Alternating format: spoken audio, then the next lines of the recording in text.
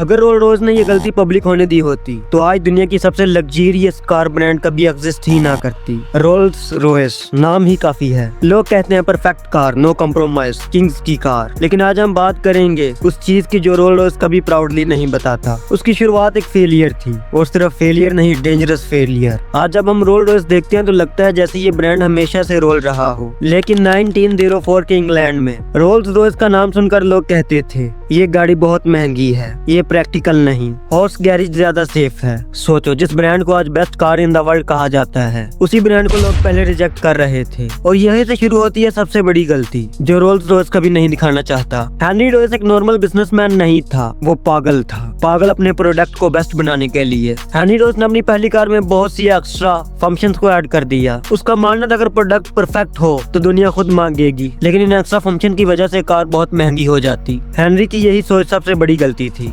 Henry ने ये नहीं सोचा कि मार्केट तैयार है या नहीं, प्राइस का इम्पैक्ट क्या होगा, लोग साइकोलॉजिकली तैयार हैं या नहीं। वो सिर्फ मशीन देख रहा था कि बेस्ट है, मार्केट इम्पैक्ट नहीं देख रहा था। 1904 में लॉन्च होती है रोएस 10। टेक्नोलॉजी स्मूथ, साइलेंट, काबिल एतमाद। लेकिन असल दुनिया में कोई सेल नहीं, कोई एक्साइटमेंट नहीं, शोरूम के बाहर कोई आदमी नहीं। हेनरी रॉयस अपनी जिंदगी का सब कुछ इस कंपनी में लगा चुका था। उसने अपनी जिंदगी की सारी वेल्थ इसमें लगा दी थी। इमेजिन करो, अपनी जिंदगी का सब कुछ लगा दिया और सामने खामोशी, सेल ऑलमोस्ट जीरो। ये वो पॉइंट था जहाँ रोल्स रॉयस ऑलमोस्ट खत्म हो चुकी थी। उस जमाने में रोड्स खराब थी, फ्यूल नेटवर्क नहीं था, लोग घुड़सवारी पर ज्यादा ट्रस्ट करते थे। रोल्स 10 फ्यूचर की कार थी, लेकिन फ्यूचर अभी आया ही नहीं था। परफेक्ट प्रोडक्ट, रॉन्ग एरिया, और हिस्ट्री में ये सबसे डेंजरस कॉम्बिनेशन होता है। हेनरी रॉयस का रूल एक ही था, क्वालिटी का कंप्रोमाइज नहीं। हेनरी कार के लिए सारे पार्ट्स हैंडमेड बनाता, उसकी वजह से प्रोडक्शन स्लो थी और कीमत बहुत हाई हो जाती। अब सोचो, उस वक्त अमीर लोग रिस्की चीजें नहीं खरीदते,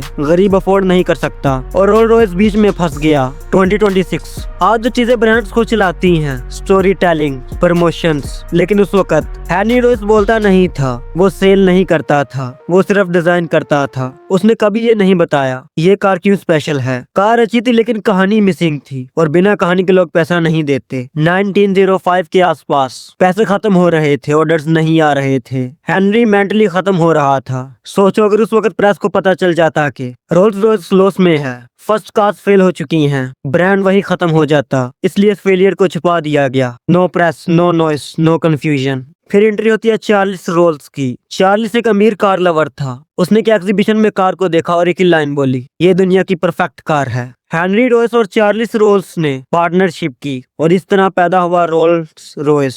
हेनरी रॉयस ने अपनी कार की सेल बताई तो चार्ल्स ने एक ही लाइन बोली, प्रॉब्लम कार नहीं, प्रॉब्लम पोजीशनिंग है। उसने रेसिंग इवेंट्स यूज किए, रिच इलियट्स को टारगेट किया, साइलेंस को लग्जरी बना दिया। जो चीज पहले प्रॉब्लम थी यूज फ्यूचर बना दिया। उन्होंने पूरे प्रोसेस को समझा। Slow production, reason handcrafted. महंगी car, reason exclusive. Limited buyers, elite class only. ये मार्केटिंग का मास्टर स्ट्रोक था, और धीरे धीरे फेलियर की यादें हिस्ट्री के अंधेरों में चली गईं। आज भी रोल्स रॉयस अपनी शुरुआत की फेलियर्स को डिस्कस नहीं करता, लॉस ईयर्स को हाईलाइट नहीं करता। क्यों? क्योंकि लग्जरी एक प्रोडक्ट नहीं, लग्जरी एक इल्यूजन होता है, और इल्यूजन तब तक चलती है जब तक क्रैक्स ना दिखें। रोल्स रॉयस की सबसे बड़ी गलती इंजन नहीं, डिजाइन नहीं, गलती ये थी कि वो दुनिया से आगे था। और जब आप अपने टाइम से आगे हो तो लोग आपको जीनियस नहीं, बेवकूफ समझते हैं। लेकिन जब आप टाइम पे आ जाते हो तो वही बेवकूफ लेजेंड बन जाता है। कमेंट करो, क्या लग्जरी ब्रांड्स को अपनी फेलियर ओपनली बतानी चाहिए? Subscribe my channel. यहाँ सक्सेस नहीं, यहाँ जो छुपाया गया वही दिखाया जाता है।